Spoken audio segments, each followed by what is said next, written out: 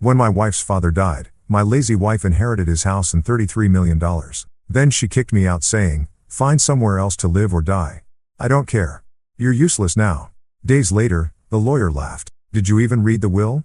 My wife went pale because the will said, "You know what they say about death bringing out the worst in people?" Well, they weren't kidding. When my father-in-law, Richard Hayes, kicked the bucket last month, I figured it would be one of those somber family moments where everyone comes together, shares memories, and maybe learns to appreciate what they've got. Boy, was I living in fantasy land. Richard had been sick for months. Pancreatic cancer, the kind that doesn't mess around. I'd spent countless evenings at his bedside, listening to his stories about building his business empire from scratch, watching old war movies with him when Clarissa was too busy to visit. The man had grit, I'll give him that.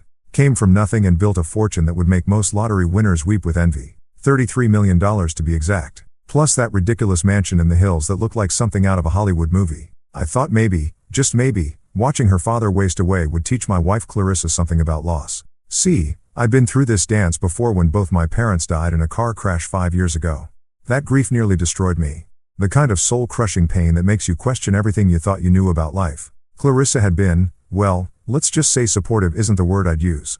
More like mildly inconvenienced by my emotional breakdown. But Richard's death, that was supposed to be different. That was supposed to be her wake-up call about mortality and family and all that heavy stuff that makes people reevaluate their priorities.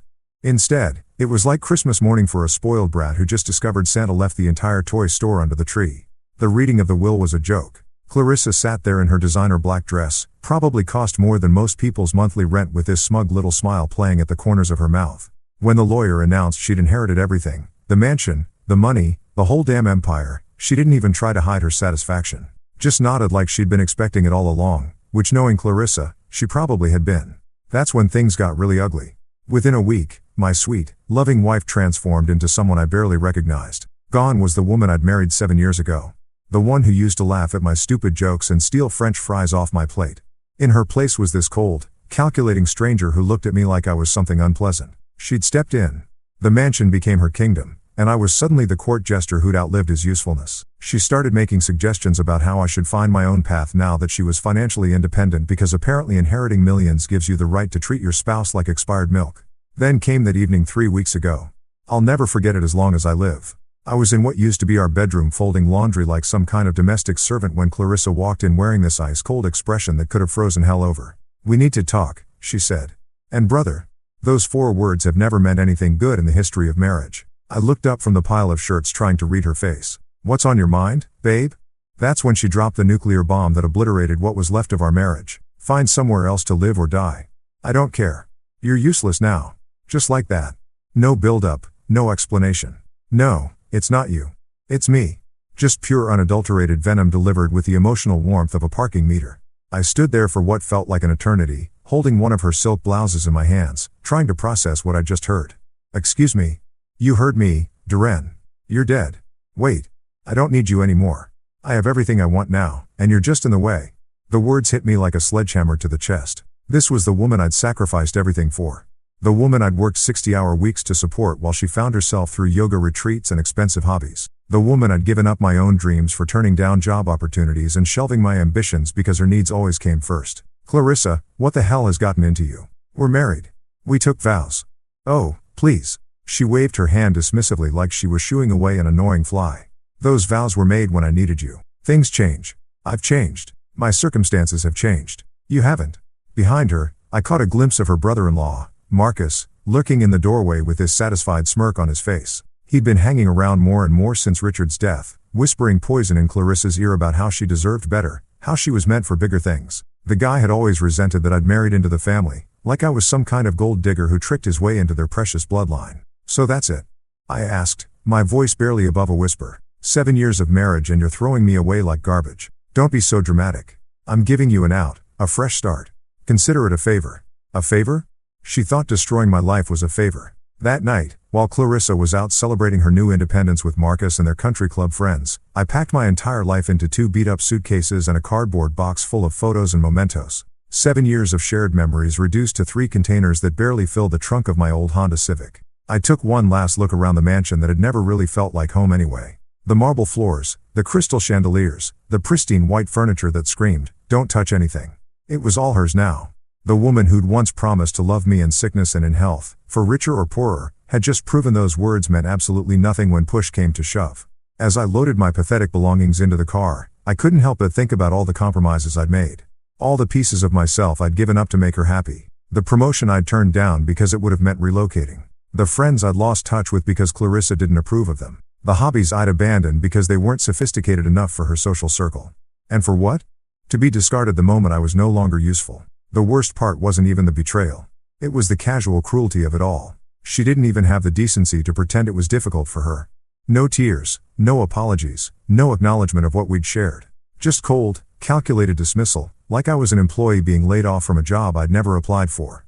As I drove away from that mansion for what I thought would be the last time, I caught a glimpse of Clarissa in the rear-view mirror standing in the doorway with her arms crossed, watching me leave like she was making sure the garbage truck had properly collected the trash. That image burned itself into my memory. My wife of 7 years, the woman I'd loved more than life itself, making absolutely certain that the man she deemed useless, was finally out of her perfect new life. I had no idea that in just a few short weeks that same image would come back to haunt her in ways she never could have imagined. Let me tell you about rock bottom.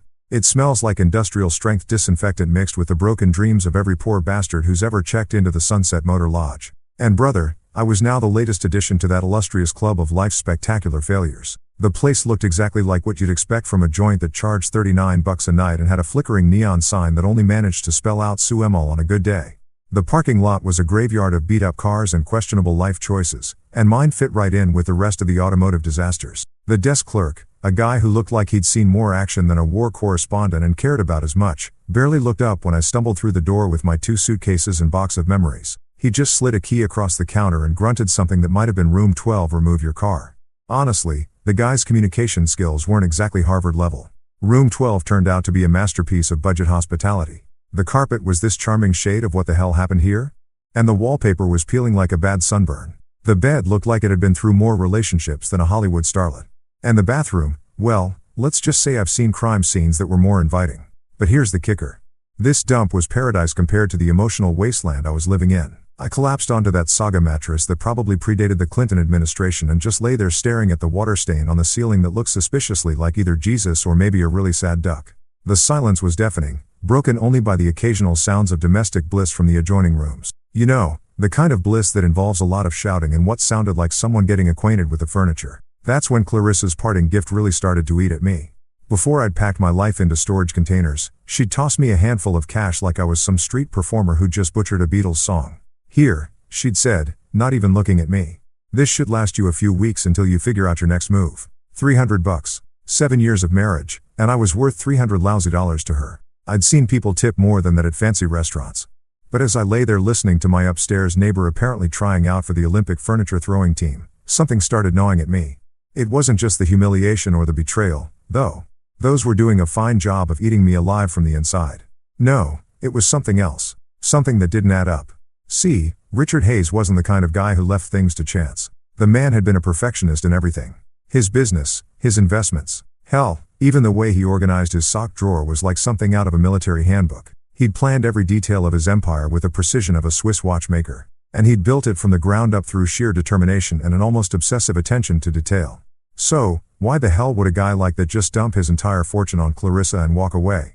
I'd spent enough time with Richard over the years to know how he really felt about his daughter. Don't get me wrong, he loved her, but he wasn't blind to her faults. The man had built a business empire through hard work and sacrifice, and Clarissa's biggest accomplishment was mastering the art of spending other people's money with Olympic-level skill.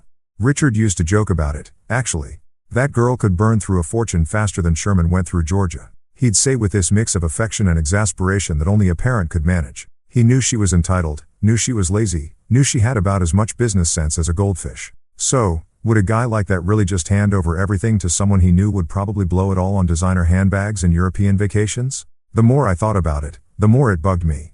Richard had always been kind to me. Hell, more than kind. He treated me better than his own daughter had in the last few years. We'd bonded over old movies and war stories, and he'd actually listened when I talked about my dreams and ambitions, which was more than I could say for my own wife. There was this one conversation we'd had about 6 months before he got sick. We were sitting in his study sharing a bottle of whiskey that probably cost more than my monthly salary. And he looked at me with these serious eyes and said, "Darian, you're a good man, better than this family deserves, if I'm being honest." At the time, I just figured it was the whiskey talking. But now, lying in this flea motel with nothing but time and regret for company, those words kept echoing in my head. The ceiling fan wheezed and clicked like it was on life support, and I found myself replaying every interaction I'd had with Richard in those final months. The way he'd looked at Clarissa sometimes like he was seeing her clearly for the first time. The comments he'd made about making sure the right people were taken care of. The way he'd always insisted on talking to me privately about important matters. Had I missed something? Had there been signs I was too caught up in my own misery to notice? By 3 o'clock in the morning, I'd managed to convince myself I was losing it. Grief and desperation were making me see conspiracies where there were none. Clarissa had inherited everything fair and square, and I was just the discarded husband looking for some kind of cosmic justice that didn't exist in the real world. But when dawn finally crawled through those moth-eaten curtains, bringing with it the cheerful sounds of traffic and human misery, I made a decision. Call it curiosity, call it desperation, call it the last pathetic gasps of a man who'd lost everything. I was going to find out the truth. With the few dollars I had left after paying for another night in paradise, I dug out my phone and looked up the number for Charles Whitmore, Richard's longtime attorney. The man had been handling the Hayes family legal affairs for over 20 years. And if anyone knew the real story behind Richard's will, it would be him. My hands were shaking as I dialed the number. This was probably going to be the most embarrassing phone call of my life. The pathetic ex-son fishing for scraps, hoping against hope that maybe there was some kind of mistake, some tiny loophole that might throw me a lifeline. But something deep in my gut told me this wasn't over. Richard Hayes had been too smart, too careful, too damn strategic to leave his life's work in the hands of someone he knew would destroy it. And if I was right, if there was more to this story than Clarissa's triumphant inheritance, then maybe, just maybe, the man she'd called useless was about to prove just how wrong she'd been. The phone rang once, twice, 3 times. When Charles Whitmore's receptionist finally answered, I took a deep breath and stepped into what I hoped wasn't just another dead end, but the beginning of something that might just change everything. Charles Whitmore's office was the kind of place that screamed old money from every mahogany paneled surface. Walking through those doors felt like stepping into a different century where handshake deals actually meant something and lawyers wore 3-piece suits because it was Tuesday, not because they were trying to impress anyone. The receptionist, a silver-haired woman who looked like she'd been guarding the gates of legal wisdom since the Eisenhower administration, informed me that Mr. Whitmore could see me immediately. That should have been my first clue that something was up. In my experience, lawyers don't just drop everything for broke guys who smell like cheap motel soap in desperation. But Charles, he greeted me like I was the prodigal son returning home for Christmas dinner. Darian, my boy, he practically jumped up from behind his massive desk, which was covered in more legal documents than a Supreme Court case. I've been trying to reach you for weeks. Your wife told me you'd left town. I stopped dead in my tracks. She told you what? Said you packed up and moved to where was it? Arizona, Nevada. Somewhere out west. Anyway, said you wanted a fresh start after Richard's passing and didn't want to be contacted about any legal matters. The blood in my veins turned to ice water. That lying, scheming, backstabbing which had been intercepting my mail, screening my calls, basically erasing me from existence while she played queen of the castle. I should have been furious, but honestly, I was almost impressed by the sheer audacity of it all. Charles, I said, trying to keep my voice steady. I've been staying at the Sunset Motor Lodge about 15 minutes from here. I never left town, and I sure as hell never told anyone I didn't want to be contacted. The old lawyer's eyebrows shot up so high they practically disappeared into his hairline. He walked over to a filing cabinet that looked like it could survive a nuclear blast and pulled out a thick manila folder with Richard's name on it. Son, we need to talk. And I mean right now. He gestured to the leather chair across from his desk, the kind of chair that probably cost more than my car and felt like sitting on a cloud made of butter and good intentions. Charles settled behind his desk with the folder in front of him, looking at me like he was about to deliver news that would either make my day or ruin my life. Darian, what exactly did Clarissa tell you about her father's will? That she inherited everything? The mansion, the money, the whole $33 million empire? Pretty cut and dried, according to her. Charles made a noise that sounded like a cross between a chuckle and a snort. Cut and dried. That's rich. He opened the folder and pulled out what looked like the original will. Thick official-looking papers with more seals and signatures than a peace treaty. Let me ask you something, son. Did you actually see this alleged will? Were you present at the reading? I thought back to that day. Clarissa had come home from the lawyer's office practically glowing with satisfaction, waving some papers around like she'd just won the lottery. But now that I really thought about it, no, I admitted. She said it was family business. That since I wasn't a blood relative, I didn't need to be there. She brought home copies of some documents, but I never saw the actual will. Copies? Charles shook his head like I just told him I'd bought the Brooklyn Bridge from a guy in a trench coat. Of course she did. He turned the will around so I could see it and my heart started pounding like I'd just run a marathon. Even upside down, I could see my name mentioned multiple times throughout the document. Darian.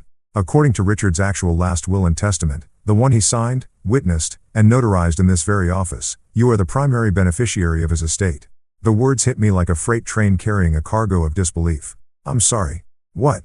The mansion. 70% of his liquid assets, controlling interest in his business holdings. It's all yours, son. Every last penny of it. I stared at the document like it was written in ancient Samrian. But Clarissa said. Clarissa was left $10 million, Charles continued, flipping through the pages. A very generous inheritance, mind you, but it came with conditions. What kind of conditions? Charles adjusted his reading glasses and found the relevant section. The bequest to Clarissa Hayes Morrison is contingent upon her treatment of her husband, Darian Morrison, following Richard's death. Should she fail to honor the bonds of marriage and treat her husband with the respect and dignity he deserves, said bequest shall be null and void, and those assets shall revert to the primary beneficiary. My mouth went dry. You're telling me that by throwing me out like yesterday's garbage, she forfeited her entire inheritance? That's exactly what I'm telling you. Charles leaned back in his chair with something that might have been satisfaction dancing in his eyes. Richard was very specific about this clause. He'd watched his daughter's behavior over the years, seen how she treated you, and he wanted to ensure that his money didn't enable her to become an even worse person than she already was. I felt like I was having an out-of-body experience. This is insane. Why didn't she know about this? Oh, but she did. Charles pulled out another document, a receipt showing that Clarissa had been provided with a complete copy of the will 3 days after the funeral. She received the full unredacted will. She chose to ignore the conditions, probably thinking they were just her father's way of being dramatic from beyond the grave. So, she gambled with $10 million and lost. Spectacularly, Charles couldn't hide his grin anymore. Richard always said his daughter was too arrogant for her own good. Turns out he was right. I sat there in stunned silence, trying to process what I was hearing. The woman who had called me useless, who had thrown me out like I was nothing more than unwanted furniture, had just handed me a fortune through her own cruelty and stupidity. There's more, Charles said. And I wasn't sure my heart could take any more revelations. Richard left you a personal message. He recorded it about a week before he died. He pulled out an old-fashioned tape recorder, the kind they probably used during the Nixon administration, and pressed play. Richard's voice filled the room. Weak from illness, but unmistakably determined. Darian, if you're hearing this, it means my daughter has shown her true colors. I'm sorry, son. I tried to raise her better, but some people are just born selfish. You've been more of a family to me these past few years than she ever was. Take care of what I've built.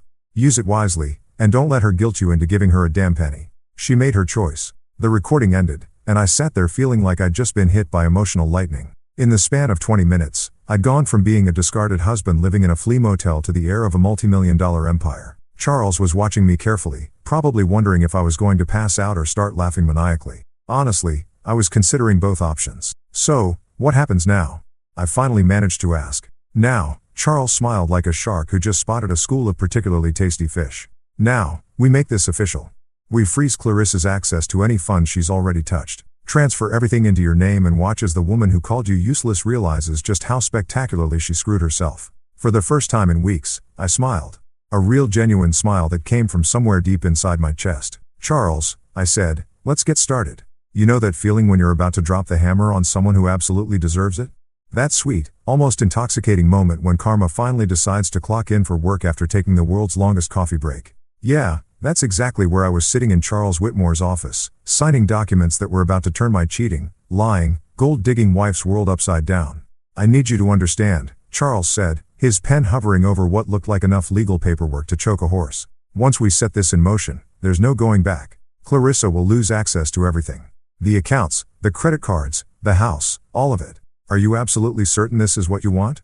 I thought about those 3 weeks in the Sunset Motor Lodge, listening to the sounds of other people's broken dreams through paper-thin walls. I thought about Clarissa's ice-cold eyes when she told me to find somewhere else to live or die. I thought about the casual cruelty with which she'd discarded 7 years of marriage like it was a subscription she didn't want anymore. Charles, I said, putting pen to paper, I've never been more sure of anything in my life. The first domino fell within an hour. Charles had this network of contacts that would make the CIA jealous, and he put every one of them to work.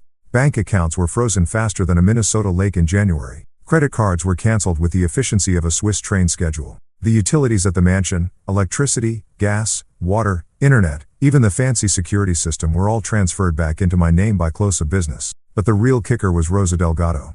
Rosa was a private investigator who looked like she could bench press a Buick and had a reputation for finding dirt on people that would make a tabloid journalist weep with envy. Charles had worked with her on dozens of cases over the years, and when he called her about investigating the forged documents Clarissa had been waving around, she was practically salivating over the phone. Honey, She told me during our brief introduction, "I've seen some greatest scumbags in my time, but a woman who forges her dead daddies with a screw over her husband, that's a special kind of evil. This is going to be fun." By 5 o'clock that afternoon, Rosa had already uncovered enough evidence to sink Clarissa's little fraud scheme deeper than the Titanic. Turns out my dear wife had paid some 2-bit document forger named Jimmy the Font Castellano to create a fake while using letterhead stolen from Charles's office. The guy apparently specialized in fake IDs for college kids, but Clarissa had convinced him to branch out into high-end document fraud for the low price of $50,000. The beautiful irony, she'd paid him with money from Richard's accounts. Money that, according to the real will, she never had legal access to in the first place. It was like watching someone rob a bank with a gun they'd stolen from the same bank. While Rosa was busy building a case that would make the DA's office Christmas dreams come true, I decided to take a little drive. After 3 weeks of feeling like the world's biggest loser, I figured it was time to remind myself what winning felt like. I pulled up to the mansion just as the sun was setting, casting long shadows across the perfectly manicured lawn that probably cost more to maintain than most people's annual salaries. The house looked different somehow. Smaller, less intimidating. Maybe that's what happens when you realize you actually own something instead of just visiting it. The front door was locked, but Charles had given me the new keys along with a smug little smile that suggested he'd been planning this moment for weeks. I let myself in like I owned the place, which according to a stack of legal documents, I actually did. The sound of my footsteps echoed through the marble foyer, and I couldn't help but grin. 3 weeks ago, I'd been sneaking around this place like a guest who'd overstayed his welcome. Now I was home. That's when I heard it. The unmistakable sound of Clarissa having a complete and total meltdown in the kitchen. "What do you mean? The card was declined." "That's impossible. I have millions in that account." I followed the sound of her voice, finding her standing next to the granite kitchen island with her phone pressed to her ear and her face red with the kind of fury that usually precedes someone getting slapped with a restraining order. "Yes, I'll hold." She snapped at whatever poor customer service representative had drawn the short straw. She was wearing one of her designer outfits, the kind that cost more than most people's cars, but her usual perfect composure was cracking like cheap paint. That's when she noticed me standing in the doorway and her face went through more color changes than a mood ring in a lightning storm. "Dearie Ann," her voice was small, confused, like she was seeing a ghost. "What are you doing here?" "I live here," I said, pulling out the keys and jingling them just to watch her face contort with confusion. "Remember? This is my house." "Your house? What the hell are you talking about?" "I inherited." "You inherited Jack?" "Clarissa." I walked over to the kitchen counter and leaned against it like I owned the place, which I did. "Turns out your daddy left you a nice little allowance, but it came with strings attached. Strings you cut the moment you decided I was useless." Her phone was still connected to customer service, and I could hear a tiny voice asking if she was still there. She hung up with the kind of violence usually reserved for fly swatters and tennis rackets. "That's impossible. I read the will. Everything was left to me." "You read a forgery, sweetheart. A really expensive, really illegal forgery that's about to land you in more trouble than a turkey at Thanksgiving dinner." The color drained from her face like someone had pulled a plug. "You're lying." "Am I?" "Check your credit cards again. Try to access your bank accounts. Hell, try to turn on the lights when it gets dark. See what happens when the electric company doesn't get paid." As if on cue, her phone started ringing. The caller ID showed her personal banker's name and she answered it with the kind of desperation you usually see in disaster movies. "Richard, thank God you called. There's been some terrible mistake with my accounts." "What? Frozen?" "What do you mean frozen?" I watched her face cycle through the 5 stages of grief and fast forward. Denial, anger, bargaining, depression, and finally a kind of stunned acceptance that suggested her brain was finally catching up to reality. "But I'm Richard Hayes' daughter. I inherited." "What do you mean I need to speak to my lawyer?" She hung up and stared at me like I'd just grown a second head. For the first time since I'd known her, Clarissa was completely utterly speechless. "Here's the thing, babe," I said, savoring every word like fine wine. "Your father knew exactly what kind of person you were. He left you $10 million, more money than most people see in 10 lifetimes, but only if you could manage to treat your husband like a human being for 5 minutes. You couldn't even do that." Her phone rang again, then again, and again. Every bank, every credit card company, every financial institution she'd been bleeding dry was suddenly very interested in having a conversation about her account status. I headed toward the door, then stopped and turned back to her. She was still standing there in shock, her phone buzzing with the sound of her entire financial world imploding. "Oh, and Clarissa," I said, my hand on the doorknob. "You might want to call a lawyer. A good one, because forgery and fraud are felonies, and I hear orange really isn't your color." As I walked out of what was now officially my house, I could hear her screaming my name behind me, but for the first time in weeks, the sound of Clarissa's voice didn't fill me with dread.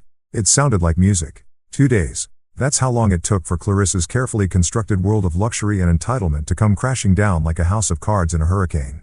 And let me tell you, watching it happen was better than Christmas morning, the Super Bowl, and finding $20 in an old jacket pocket all rolled into one beautiful karma package. I'd been staying at a decent hotel downtown. Nothing fancy, but a hell of an upgrade from the Sunset Motor Lodge and its symphony of human misery. Charles had advanced me some funds from the estate, enough to get a room with actual hot water and a bed that didn't feel like it was stuffed with broken dreams and regret. The irony wasn't lost on me that I was using Clarissa's inheritance money to pay for my temporary accommodations. My phone had been ringing nonstop since the financial apocalypse began. Clarissa, her mother Eleanor, her worthless brother-in-law Marcus, even some of her country club friends. They were all calling with increasingly frantic messages that ranged from confused to desperate to downright threatening. I'd listened to a few of them just for the entertainment value, but mostly I just let them pile up like snow in a blizzard. The best one was from Clarissa herself. Left at 2:30 in the morning on day 1. Darian, there's some kind of horrible mistake. Daddy left everything to me, not you. You can't seriously believe that senile old lawyer over your own wife. Call me back immediately. We need to fix this before it gets out of hand. By day 2, the tone had shifted considerably. Darian, please, you have to stop this insanity. I'm still your wife for God's sake. Whatever Charles Whitmore told you, it's wrong. Daddy would never do this to me. He loved me. I was his little girl. That one actually made me laugh out loud. Richard's little girl who couldn't be bothered to visit him during his final months unless she needed something. But I wasn't ready to face her yet.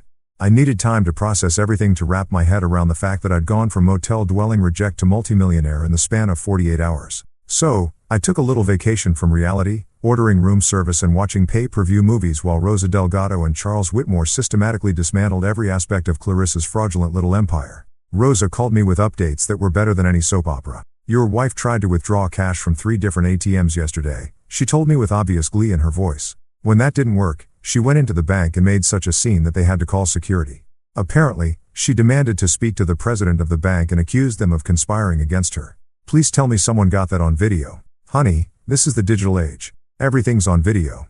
I've got enough footage to make a reality show called When Rich Girls Go Broke. Charles had been busy, too, filing all the necessary paperwork to make the inheritance transfer official and working with the district attorney's office to build a fraud case against Clarissa that would make Al Capone's tax evasion charges look like a parking ticket. The beautiful thing about your wife, he told me during one of our daily check-ins, is that she's been so arrogant about this whole scheme that she left a paper trail a blind man could follow. She paid the forger with a check, for crying out loud. A check from Richard's account. But by the morning of day 3, I decided it was time to go home, not to visit, not to negotiate, not to see if we could work things out like some kind of delusional marriage counselor might suggest. I was going home to claim what was rightfully mine, and to look my lying, cheating, fraud-committing wife in the eye while I did it. The mansion looked different in the morning light, less intimidating, more like what it actually was, my house. I used my key to walk through the front door like I owned the place, which I did, and found Clarissa exactly where I expected her to be. In the living room, surrounded by empty wine bottles and tissues, looking like the aftermath of a very exclusive natural disaster. She'd clearly been crying for hours, maybe days. Her usually perfect hair looked like she'd been through a blender. Her designer makeup was streaked down her face like war paint. And she was wearing the same clothes from 2 days ago, which for Clarissa was like showing up to church in a bikini. When she saw me, she practically launched herself off the couch with the kind of desperate energy you usually see in zombie movies. Darian, thank God you're here. I've been trying to reach you for days. There's been this terrible, terrible mistake, and we need to fix it right now before everything gets completely out of control. I stayed by the doorway, keeping a safe distance between myself and the woman who was quickly transforming from ice queen to hot mess. There's no mistake, Clarissa. Everything's working exactly the way it's supposed to. No, no, no, she said, shaking her head like she could will reality to change through sheer stubbornness. Daddy left everything to me. I'm his daughter, his blood. You were just married into the family. Just married into the family. I repeated, letting the words hang in the air like smoke from a house fire. Is that what I was to you? Just some outsider who happened to put a ring on your finger. That's not what I meant. But her eyes said otherwise. I meant that legally speaking, blood relations usually get screwed over by their own greed.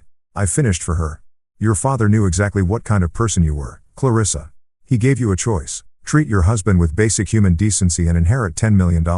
Or be the selfish, cruel person you've always been and get nothing. You chose nothing. That's when she tried a different approach. The waterworks kicked into high gear. And suddenly, she was the grieving daughter who just lost her father and couldn't understand how the world could be so cruel to her. I'm still your wife, she whispered, moving closer with those big, tear-filled eyes that had probably gotten her out of trouble since she was 5 years old.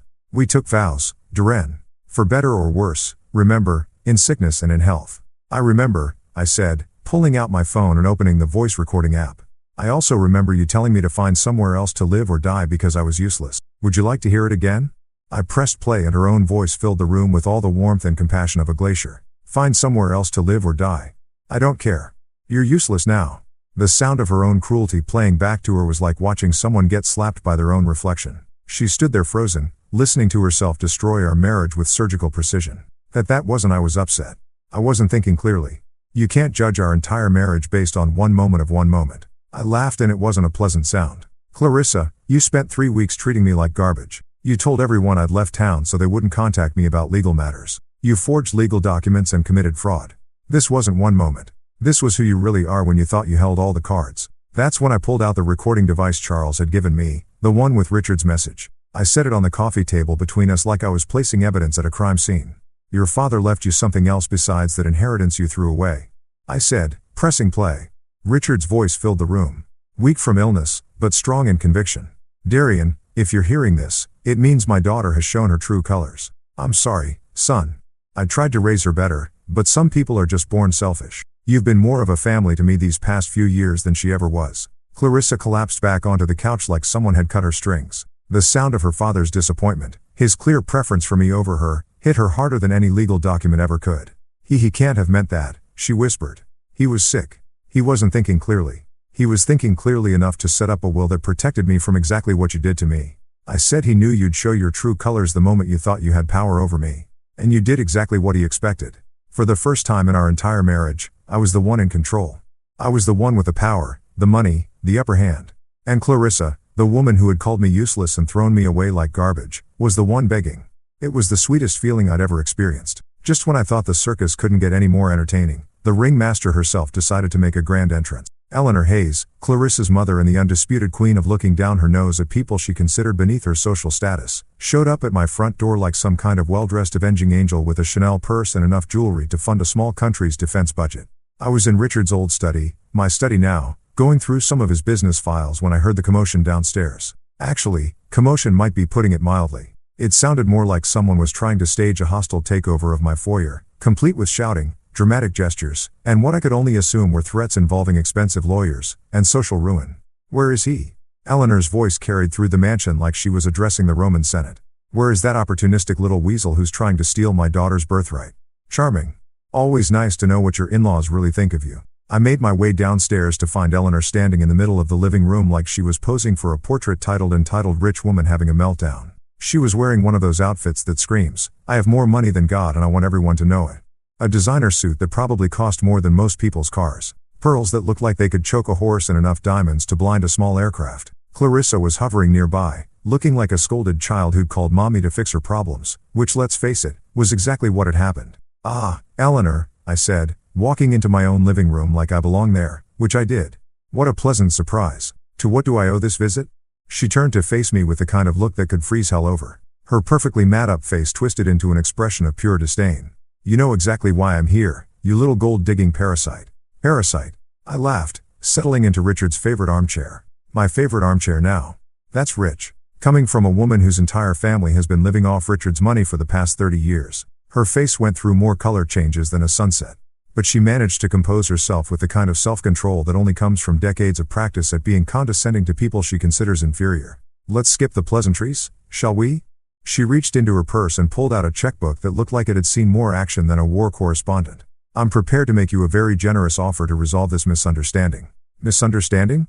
I raised an eyebrow. Is that what we're calling fraud now? How very upper class of you. She ignored my comment and started writing out a check with the kind of flourish usually reserved for signing peace treaties. $2 million, she announced, tearing off the check and holding it up like it was the Holy Grail. More money than you've ever seen in your pathetic little life. Take it. Sign whatever papers need to be signed to return my daughter's inheritance and disappear from our lives forever. I stared at the check, then at Eleanor, then back at the check. The woman was serious. She actually thought she could buy me off like some kind of discount hitman. $2 million, I repeated slowly, like I was savoring each word. That's your opening offer. Her eyes lit up with a kind of predatory satisfaction that suggested she thought she'd found my price. I knew you'd see reason. You always struck me as a practical man despite your humble origins. Oh, I am practical, I said, standing up and walking over to her.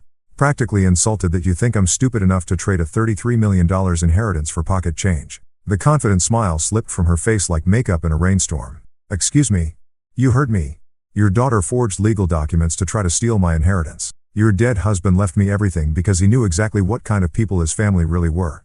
And now you're trying to bribe me into giving up what's legally mine. The balls on you people are absolutely astronomical. Eleanor's composure cracked like cheap paint. She grabbed the check back and started writing furiously. $5 million, she snapped, practically throwing the new check at me. That's more than enough to set you up for life. You could buy a nice little house somewhere far away from here and live comfortably for the rest of your miserable existence. I picked up the check, looked at it for exactly 2 seconds, then tore it in half. The sound of expensive paper ripping seemed to echo through the room like a gunshot. Lady, you could offer me $50 million, and the answer would still be no. This isn't about money. This is about justice. Your daughter treated me like garbage, threw me away like I was nothing, and tried to steal from me using forged documents. Now she gets to live with the consequences. That's when Eleanor's mask finally came off completely. The polite society matron disappeared, replaced by something that looked like it belonged in a nature documentary about apex predators. You ungrateful little worm, she hissed, her voice dropping to the kind of whisper that usually precedes someone getting shanked in a prison yard. You have no idea who you're dealing with. Richard may have built this empire, but the Hayes family has connections you can't even imagine. We have friends in places that could make your life very, very difficult. Is that a threat, Eleanor? It's a promise. She stepped closer and I caught a whiff of expensive perfume mixed with something that smelled suspiciously like desperation. You think you've won because you have some legal documents? Money and power are about more than paperwork. You pathetic little man. They're about influence, connections, the ability to make problems disappear. She paused for dramatic effect, clearly expecting me to start trembling with fear or begging for mercy. Instead, I just stood there looking mildly amused, which seemed to piss her off even more. Richard built his fortune through some very questionable business practices, she continued, her smile returning with a kind of cold satisfaction that suggested she thought she'd just played her ace. Offshore accounts, shell companies, payments to people who prefer to remain anonymous. The kind of business dealings that attract attention from federal agencies, if you know what I mean. Now she had my attention.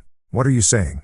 I'm saying that if the right people started looking into Richard's financial history, they might find some very interesting irregularities. The kind of irregularities that could tie up an estate in legal proceedings for years, maybe decades.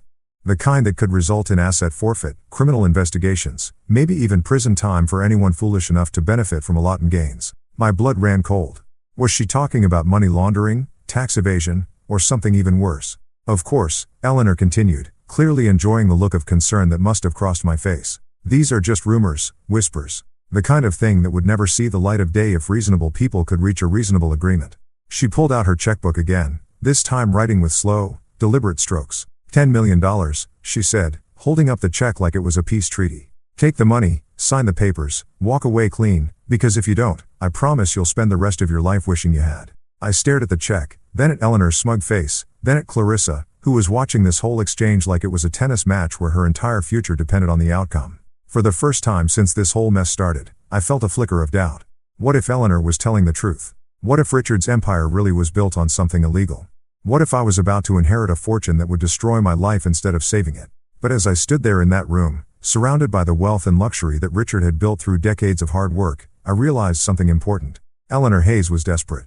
Desperate people say desperate things, make desperate threats, and desperate promises. And if there's one thing I'd learned from my years of being married into this family, it's that desperate rich people are often the most dangerous kind.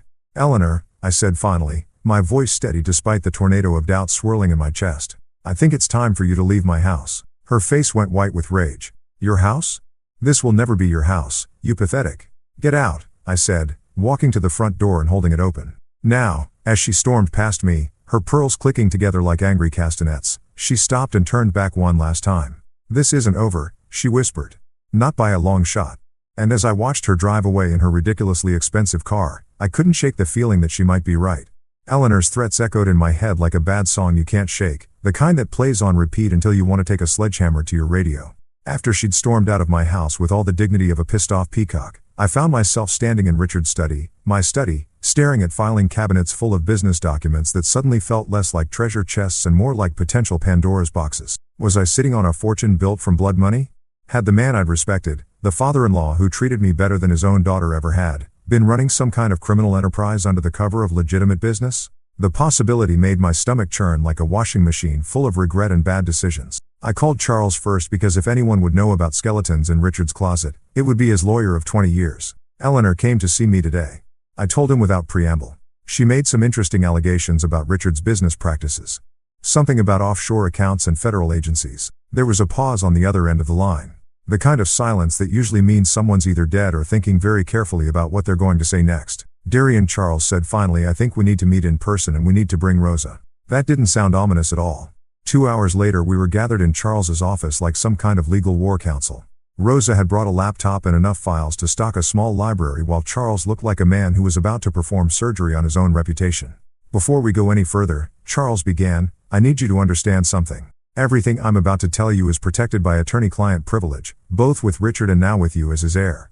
But Eleanor isn't entirely wrong. My heart sank faster than the Titanic in an ice storm. So Richard was dirty. Not dirty, Rosa interjected, pulling up what looked like bank records on her laptop. More like creatively accounting for his civic responsibilities. What the hell does that mean? Charles leaned back in his chair and rubbed his temples like he was trying to massage away a decades-old headache. It means Richard was very good at finding legal ways to avoid paying taxes. Offshore shell companies, creative consulting contracts, payments to entities that existed primarily on paper. Nothing illegal, mind you, but definitely operating in the gray areas of financial law. Rosa turned her laptop around so I could see the screen. It showed a web of interconnected companies with names like Hayes International Consulting and Meridian Holdings LLC and Apex Strategic Solutions. The kind of generic business names that sound important but don't actually tell you what the hell they do. Your father-in-law was brilliant, she continued. He set up a network of companies that basically allowed him to shuffle money around like a three-card money dealer. Always staying just on the right side of legal while minimizing his tax obligations to the point where the IRS probably wanted to send him a thank you card for the creative accounting lessons. I stared at the screen trying to make sense of the financial spiderweb Richard had apparently spent decades weaving. So, this is all legal technically? Yes, Charles said. Ethically questionable? Absolutely. The kind of thing that would attract unwanted attention from federal agencies if someone decided to make noise about it. You bet. That's when it hit me. Eleanor wasn't threatening to expose criminal activity. She was threatening to expose aggressive tax avoidance strategies that, while legal, would tie up Richard's estate and investigations and audits for years. She was trying to make my inheritance so toxic that I'd walk away just to avoid the hassle. So, what you're telling me, I said slowly, is that Richard was basically a financial ninja who figured out how to legally screw the government out of tax money, and Eleanor's threatening to rat him out to cause me headaches in layman's terms. Pretty much, Rosa grinned. Your father-in-law was playing 4D chess while everyone else was playing checkers, but something still bothered me. If this is all above board, why would Eleanor think it could destroy me? Why would she be so confident that exposing it would get me to back down? Charles and Rosa exchanged a look that made my anxiety spike like a heart monitor in an emergency room. Because, Charles said carefully, there's one more thing you need to know. He pulled out another folder, this one thicker than the others and sealed with enough legal tape to suggest its contents were either extremely important or extremely dangerous. 3 months before Richard died, he came to see me, not about his will, not about his medical condition, but about this. He gestured to the sealed folder. He said he'd been contacted by someone from the Treasury Department. Someone asking questions about his business practices. The room suddenly felt about 20 degrees colder. What kind of questions? The kind that suggests someone had been looking very closely at his financial activities for a very long time, Rosa said. The kind that suggests maybe Richard's creative accounting had finally attracted the wrong kind of attention. But here's the thing, Charles continued, breaking the seal on the folder with the solemnity usually reserved for reading last rites. Richard wasn't worried about the investigation. In fact, he seemed almost relieved. He pulled out a stack of documents that looked official enough to make my palms sweat. Treasury Department letterhead, FBI insignias. The kind of government paperwork that either means you're about to get a medal or about to get arrested. Darian, Charles said, looking me straight in the eye. Richard had been working with federal authorities for over 2 years. Everything you're inheriting, the money, the businesses, all of it, was part of an authorized operation to track down actual money launderers and tax evaders. I felt like someone had just told me that gravity was optional and the sky was actually purple. You're telling me Richard was an undercover agent? Not exactly, Rosa said, taking over the explanation with the kind of enthusiasm that suggested she'd been dying to tell this story. More like a very well-compensated informant. The Fed suspected that some of Richard's business associates were using similar shell company setups for actual criminal purposes, drug money, human trafficking, the really nasty stuff. They needed someone on the inside who understood how these financial networks operated. She pulled up another screen on her laptop. This one showing what looked like an organizational chart that would make a conspiracy theorist weep with joy. For 2 years, Richard fed information to the Treasury Department and the FBI about suspicious financial activities in his business circles. Every questionable transaction, every shady deal, every offshore account that smelled fishy, He documented it all and handed it over to the authorities. Charles leaned forward, and for the first time since I'd known him, the old lawyer looked genuinely excited. The beautiful part is that Eleanor has no idea. She thinks she's threatening to expose Richard's crimes, but what she'd actually be exposing is a federal investigation that resulted in the arrests of 15 major financial criminals and the seizure of over $100 million in illegal assets. I sat there in stunned silence, trying to process the fact that my supposedly crooked father-in-law had actually been Batman in a business suit, fighting financial crime from the inside while maintaining the perfect cover of a slightly shady businessman. So, when Eleanor threatens to expose Richard's dark secrets, I said slowly, she's actually threatening to expose herself as the daughter of a federal informant who helped take down a criminal network. Exactly. Rosa grinned. The woman is basically threatening to shoot herself in the foot with a cannon. But even as relief washed over me like a cool breeze on a hot day, another thought occurred to me. If Richard was working with the feds and Eleanor doesn't know about it, then she's about to walk into a trap of her own making. Charles finished, and we're going to let her. For the first time in days, I smiled. A real genuine from the bottom of my soul smile. My father-in-law hadn't just left me a fortune. He left me a legacy of justice, and his family was about to learn that some games are rigged from the start. You know what they say about the best laid plans of men? Well, sometimes those plans involve wearing a wire to dinner with your lying, scheming ex-wife and her equally crooked mother while federal agents listen in from a van parked outside your house. Not exactly what I'd pictured when I signed up for marriage 7 years ago, but life has a funny way of throwing you curveballs when you're expecting fastballs. After discovering that Richard had been working with the feds, Charles made a phone call that changed everything. Within 6 hours, I was sitting across from Agent Sylvia Martinez of the FBI, a woman who looked like she could bench press a Buick and had the kind of no-nonsense attitude that made you want to confess to crimes you'd never even thought about committing. "Mr. Morrison," she said, settling into the chair across from me in Charles's office, "your father-in-law was instrumental in helping us build cases against some very dangerous people. His cooperation led to multiple arrests and the seizure of significant criminal assets." "So, I've been told," I said, still trying to wrap my head around the idea that Richard had been living a double life as some kind of financial superhero. "But what does that have to do with me?" Agent Martinez smiled, and it was the kind of smile that usually preceded someone having a very bad day. "Your wife and mother-in-law are about to make a very big mistake. They're going to try to blackmail you with information about Richard's business dealings, not knowing that everything they think they know about him is exactly what we wanted his criminal associates to believe." She pulled out a small device that looked like something out of a spy movie. The kind of wire that probably cost more than my old car and was about as sophisticated as a NASA satellite. "We'd like you to wear this during your next conversation with them. Let them make their threats. Let them try to extort you. Let them dig themselves deeper into a hole they don't even know they're standing in." I stared at the device like it might bite me.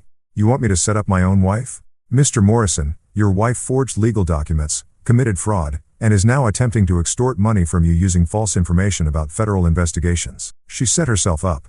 We're just giving her enough rope to hang herself with." Charles leaned forward, his eyes twinkling with the kind of mischief that suggested he'd been looking forward to this moment for years. "Darian, think about it. Clarissa threw you away like garbage when she thought she had all the power.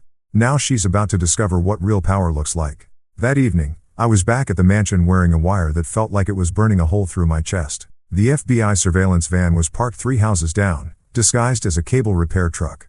Agent Martinez and her team were listening to every word through equipment that could probably pick up a whisper from orbit. Right on schedule, Clarissa and Eleanor showed up at my front door like a pair of well-dressed vultures circling a particularly appetizing carcass. They'd clearly coordinated their outfits. Eleanor in her usual armor of pearls and entitlement. Clarissa in a black dress that was probably supposed to make her look grieving and sympathetic, but mostly just made her look like she was attending her own funeral. "Darian," Clarissa said as I let them in. "Thank you for agreeing to see us. I know things have been difficult between us lately." Difficult? I repeated, leading them into the living room. "Is that what we're calling attempted fraud now?" Eleanor shot me a look that could have frozen hell over twice. "Let's dispense with the hostile theatrics, shall we?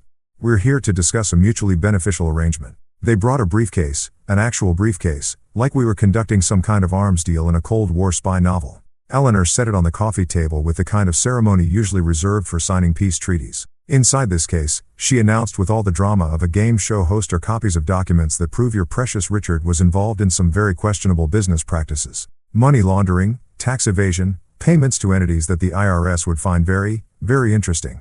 She opened the briefcase to reveal stacks of papers that looked official enough to fool someone who didn't know any better. Bank statements, wire transfer records, correspondence with shell companies. It was an impressive collection of evidence that would have been devastating if it weren't exactly what the federal government had wanted Richard's associates to see.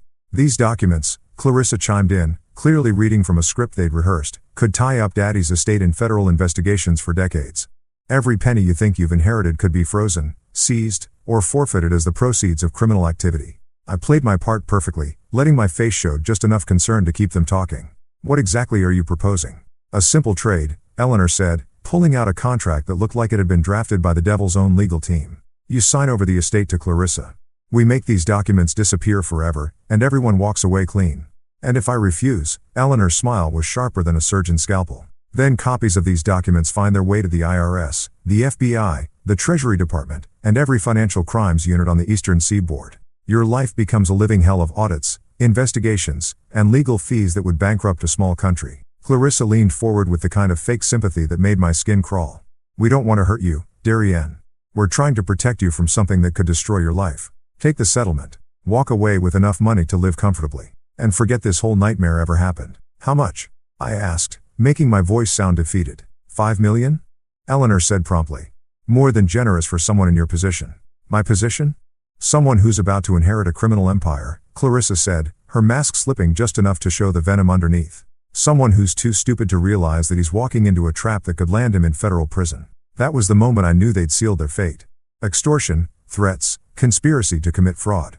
Agent Martinez was probably taking notes faster than a court stenographer on amphetamines. You know what I said, standing up and walking to the window where I could see the fake cable truck in the distance. I think I need some time to consider your generous offer. Time. Eleanor's voice rose to the kind of pitch usually reserved for dog whistles. You don't have time. Every day you delay increases the risk that someone else discovers what we know. Maybe a week, I said, turning back to face them. Just to get my affairs in order, make sure I understand all the implications. That's when Eleanor lost it completely. The polite society matron vanished, replaced by something that belonged in a nature documentary about predatory reptiles. You listen to me, you ungrateful little parasite, she hissed, standing up so fast she knocked over her chair. We're offering you a way out of this mess, and you're going to take it.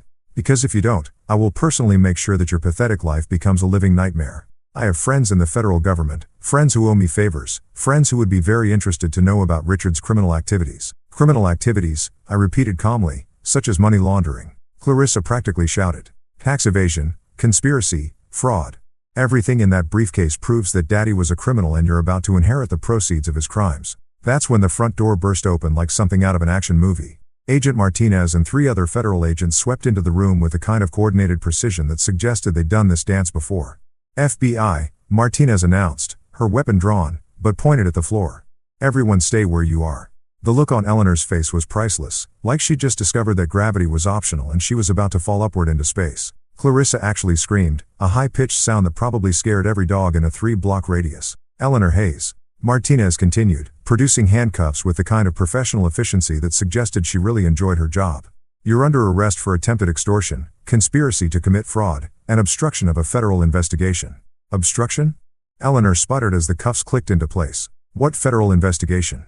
The one your husband was helping us conduct for the past 2 years? Martinez replied with obvious satisfaction. The one that resulted in multiple arrests and significant asset seizures. The one you just tried to blackmail his heir about. Clarissa was next, her cuffs applied while she screamed about lawyers and constitutional rights and how this was all a terrible mistake.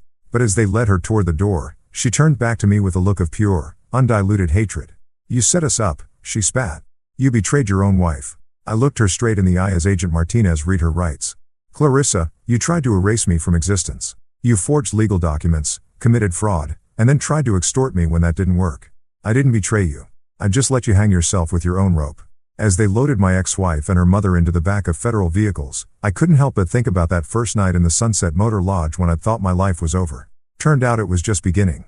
The federal courthouse looked like something out of a legal drama. All marble columns and imposing architecture designed to make you feel simultaneously awed by the majesty of justice and terrified that you might be on the wrong side of it. I was sitting in Agent Martinez's office 3 days after the arrests, watching her flip through a file thick enough to stop a small caliber bullet while she explained exactly how deep this rabbit hole went. Your wife and mother-in-law. She began with the kind of satisfaction usually reserved for people who've just solved a particularly difficult crossword puzzle, managed to confess to multiple federal crimes in under 10 minutes. It's actually impressive in its own way, like watching someone set a world record for self-destruction. The recording of that night played on her computer, and hearing Clarissa's voice admitting to forgery and extortion felt surreal, like watching a movie where the villain accidentally confesses to everything while thinking they're being clever. But here's what they didn't know, Martinez continued, pulling out another folder that looked even more official than the last one. What nobody knew except for me, my direct supervisor, and Richard himself. She opened the folder to reveal photographs, surveillance reports, financial records, and what looked like enough documentation to write a novel about financial crime in America.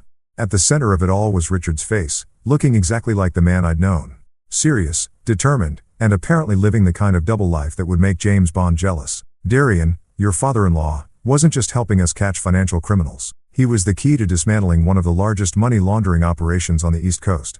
I stared at the photograph showing Richard at various business meetings, restaurants, and what looked like some kind of exclusive club where people wore suits that cost more than most cars. He was undercover. Not exactly undercover, more like a cooperating witness with access. See, about 3 years ago, Richard came to us, not the other way around. He'd figured out that some of his business associates were using shell companies similar to his own for genuinely criminal purposes. She pulled out a chart that looked like something you'd see in a crime movie. Names connected by red string. Photographs of stern-looking men in expensive suits and financial flows that resembled a spider web designed by someone with a PhD in complexity theory. Marcus Valdez, Tommy the Fish Moroni, Elena Kozlova. These people weren't just avoiding taxes like Richard. They were washing money for drug cartels, human trafficking operations, and arms dealers. We're talking about billions of dollars in criminal proceeds flowing through legitimate-looking businesses. The names meant nothing to me, but the photographs did. I recognized a few faces from Richard's social events. Men who'd seemed perfectly respectable at charity galas and country club dinners. Men who'd shaken my hand and asked about my golf game while apparently running criminal enterprises on the side. Richard could have just walked away, Martinez continued. Could have kept his mouth shut and his hands clean. Instead, he came to us and said he wanted to help bring them down. She pulled out what looked like a personal letter handwritten on Richard's familiar stationery. He wrote this after his cancer diagnosis about 6 months before he died. It's part of the case file now, but I think you should read it. I took the letter with hands that weren't quite steady. Richard's handwriting was still strong despite his illness, and reading his words felt like having a conversation with a ghost. Agent Martinez, I know I don't have much time left, and there are things I need to make sure you understand. I didn't cooperate with your investigation because I was afraid of going to prison or because I wanted some kind of deal for myself. I did it because I realized that my pursuit of financial advantage had put me in the same circles as genuinely evil people and I couldn't live with myself if I didn't try to stop them. I've built a fortune through legal but ethically questionable means. I won't pretend otherwise. But these people, Valdez, Moroni, the others, they profit from human suffering in ways that make my tax avoidance look like jaywalking. If my information can help put them behind bars, then maybe some good can come from the mistakes I've made.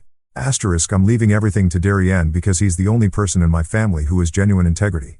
My daughter has become everything I hoped she wouldn't. Entitled, cruel, and willing to hurt others for personal gain. My wife Eleanor has enabled that behavior for years. But Darian, he's a good man who deserves better than the family he married into. Please make sure he understands that every dollar he inherits is legitimate. Not just legally, but morally. The government has verified that all assets in my estate come from lawful sources. He doesn't need to feel guilty about benefiting from my cooperation with your investigation.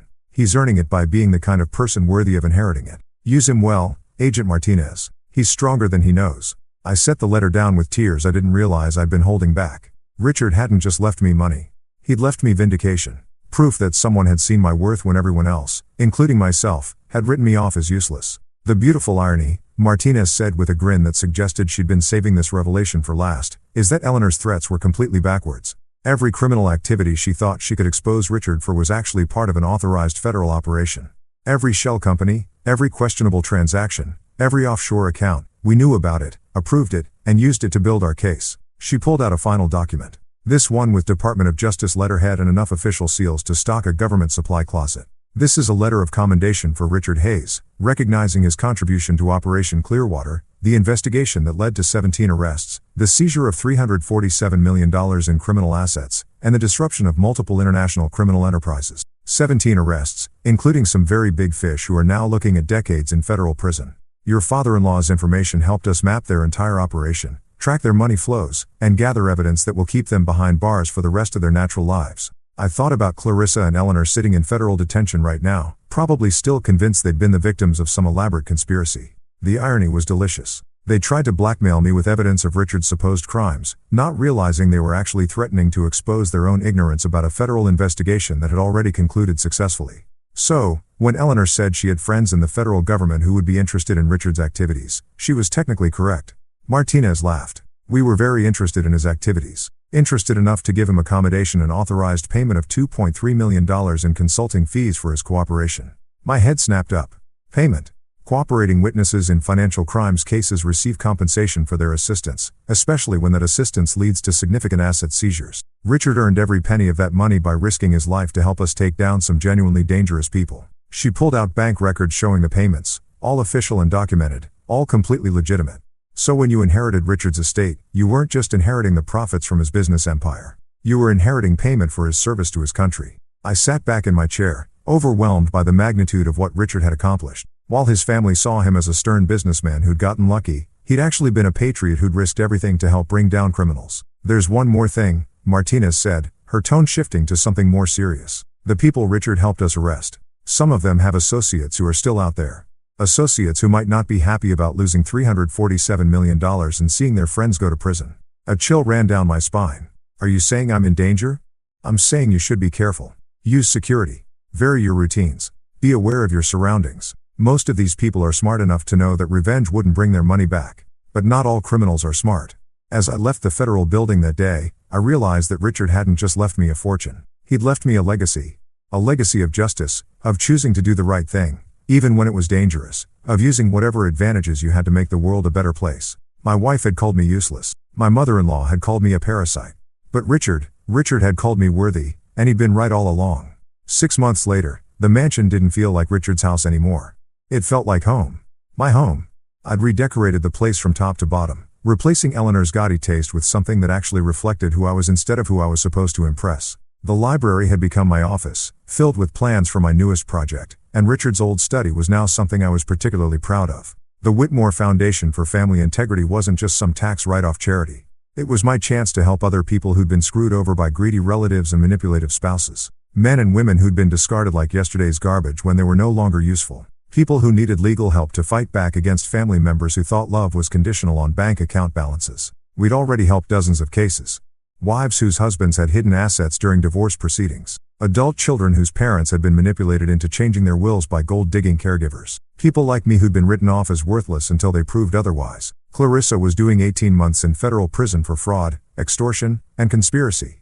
Eleanor got 2 years for the same charges plus obstruction of justice. Their letters arrived every week like clockwork. Desperate pleas for forgiveness, promises that they'd changed, explanations about how prison had taught them the error of their ways. I never opened them. The woman who'd called her husband useless was probably sharing a cell with someone who'd appreciate that kind of irony. The mother-in-law, who'd thought she could buy her way out of any problem, had discovered that federal judges don't accept bribes or take personal checks. Sometimes I'd stand on the balcony where Richard used to watch the sunset, holding a glass of his favorite whiskey and thinking about how much had changed. The scared, broken man who'd packed his life into 2 suitcases was gone, replaced by someone who understood his own worth. Charles had been right about one thing.